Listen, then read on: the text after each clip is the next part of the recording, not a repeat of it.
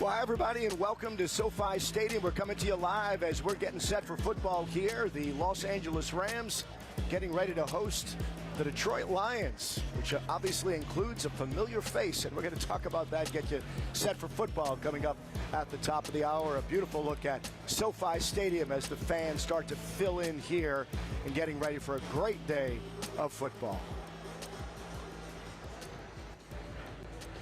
Hi, everybody, and welcome inside. I'm Kyle Kreska, and it is great to have you with us today for Sports Wrap, an early edition of Sports Wrap as we get you ready for football today at SoFi Stadium. And it's starting to buzz here in the stadium. We're going to talk about it, and we've got our Rams legends over here to my left, the Hall of Famer, Jackie Slater, along with Rams quarterback Vince Ferragamo. Guys, how you doing today? How you feeling? Great. Feel great, Kyle. This is going to be a great game today. It's fun to walk in here and feel this energy, isn't How it? can you not love what we're doing right now? Right.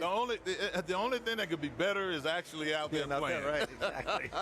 You know, but it's got to be great to be Jackie Slater. You're walking around here on the field. Everybody coming over. They see Vince Ferragamo. You guys, the two celebrities down on the field. I just like to walk along with you. We don't even have our numbers on our back. So right. They're still recognizing it. Oh, come on. So cool. Cool. People see those two mugs here inside SoFi, and they're thrilled to meet you and spend a little time with you. So it is cool. Let's get into the matchup a little bit, shall we? And obviously all the talk coming into this game is Jared Goff returning to Los Angeles, spent 5 years here, and you know, the split wasn't exactly what maybe he wanted it, and Sean McVay maybe didn't do it the way he had hoped to do it. In fact, why don't we start there? Why don't we listen to hear some of the comments that were made this week and how Sean McVay feels about how the split went with him and Jared Goff, and Jared Goff's response to that as well. Here it is. It was that there was better, clear communication. You don't want to catch guys off guard. It came together a lot faster than anybody anticipated. But yeah, I would do it a little bit differently if I, when those situations arise in the future. But I think Jared knows the respect that I have for him. I feel very good about the dialogue that we were able to have, before he had gone to Detroit. He knows the appreciation that we as an organization, that I have as a coach, for all the good things that he did here. But to say that it was perfectly handled on my end, I wouldn't be totally accurate in that. I don't think it nearly eroded the way people thought, and I think that was part of the confusion at the end. I don't feel like it really eroded that way.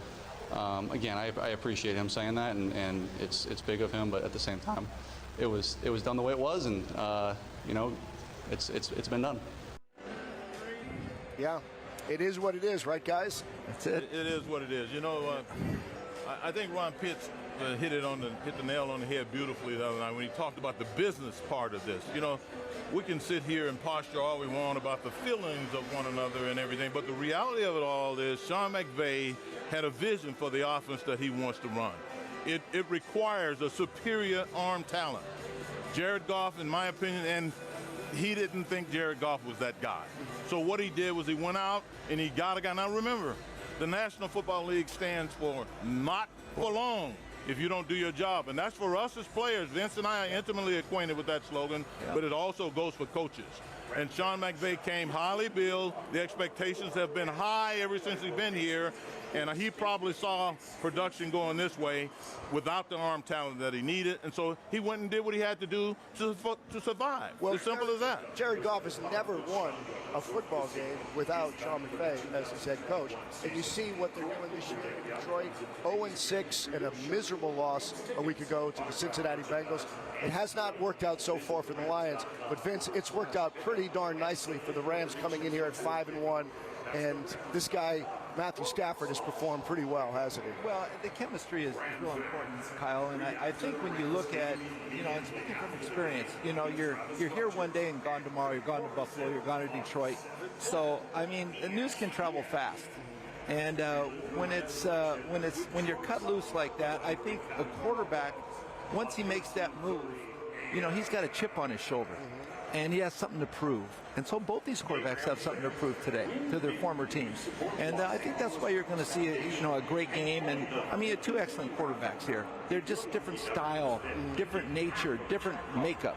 And so I think that's what we have to look at. I think the Rams, at this point, of course, are 5-1, in the shot for first place, and just right behind Arizona. And Detroit still has a game to win. So a lot's on the line today for Detroit. you know, it's not terribly often that a head coach can call out his quarterback, and that's exactly what Sean McVay did when Jared Goff was here. Not necessarily naming him by name, but everyone knew who he was talking about. And then after that loss to Cincinnati last week, and it was a bad loss, Dan Campbell, the head coach of the Lions, called out Jared Goff again. Let's listen into that. I feel like he needs to step up more than he has. And I think he needs to help us, you know, just like everybody else. And I think he's going to need to put a little bit of weight on his shoulders here, and it's time to step up, make some throws, and do some things. And but he needs help. He needs help, you know. And look, I told him out there, he knows this, but some of that stuff, we're getting these holding calls. Well, it's because he's drifting back in the pocket 10 yards deep. That's not fair to those guys either. And if you hang on to the ball, so it's like I told you, this is a collective effort now. Everything goes hand in hand. But I want to see him step up. I do, because I think he can do it. Okay, so he needs help, but he needs to step up. So that's two head coaches now calling it. Two different styles. Yeah. Two different styles. Now, Sean McVay, a bit more tactful. Yeah. You know, he started out a little bit more. But you got to remember, this guy said that one of the benchmarks of his football team is going to be the fact that if they can't beat you, they're going to bite you on the knee. The mere fact that this guy talking about biting people on the knees and all that, it says, hey, I'm a little rough around the edges. And that's the way it came across. I mean, he was just flat spitting his venom and telling it like it was. Vince, if you had a coach call you out, and how do you feel about it when he does? Well, you have to be aggressive with it, Kyle. I think you have to take ownership, as he mentioned, and he's got to step up and be a leader. And I think, you know, so much of today, Jared has to be aggressive. He has to be gutsy. He has to be with an unending vote of confidence. He's got to go out there and not be riled, be courageous, step up and lead his team. And I think that's what it's boiling down to, because this could be the end of all for Jared if he doesn't do that. And I think he's got to, you know, bring that confident level to this team so they can go on beyond this game and then for the rest of the season. Why don't we take a look at some of the numbers that Jared Goff has put up so far this season for the Detroit Lions? And remember, they're 0-6. You know? Well, that's the only statistic. You are what your record right. says you are, right? Isn't that right? 0-6. You see the passing yards per game just at 250, whereas Matthew Stafford is over 300 yards per game, 7 touchdowns to 4 interceptions and a passing rating, which is not great, of 89.9. And as Jackie mentioned, you know, it's a team effort. It's a team game. You got to have everybody's cooperation. Everybody's got to play enthusiastically. And there's a confident level. There's something that needs to be a trust that needs to be developed between quarterback, receivers, between linemen, the entire team. And there's got to be a certain belief in it.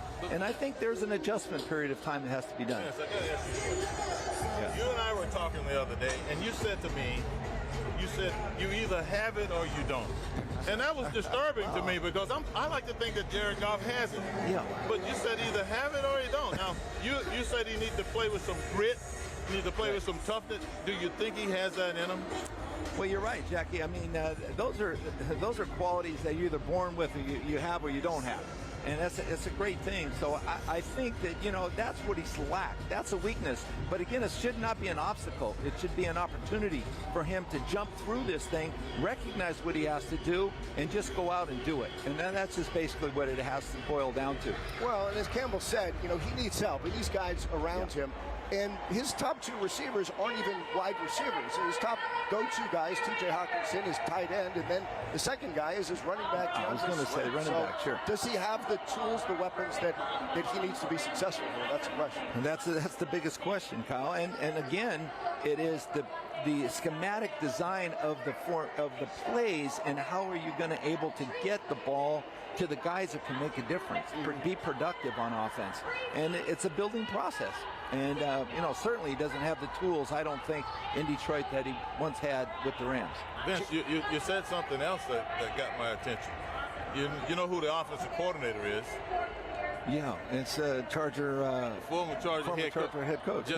Now, do you think that what you've seen it implies that this is a good enough offense, a sophisticated enough offense for them to win, for Jared Goff to win, or is he disappointed? Well, I think the emphasis there, Jackie, is on the run game, but they really haven't shown the emphasis in the running game, so that's not what they're really trying to do, and that's unusual because their offensive coordinator believes in running the football. So, but I think, you know, the passing game as it is, the NFL is a passing league, so you have to be able to generate those kind of plays and be productive and go with what you have. I mean, they got to do the best they can with what they have. Jackie, let me ask you this. Aaron Donald said he was texting his old buddy Jared Goff this week, and he told him point blank, I'm coming after you. Be ready. Yeah, you know, Well, and that was a friendly conversation because they've been friends. They played together a long time.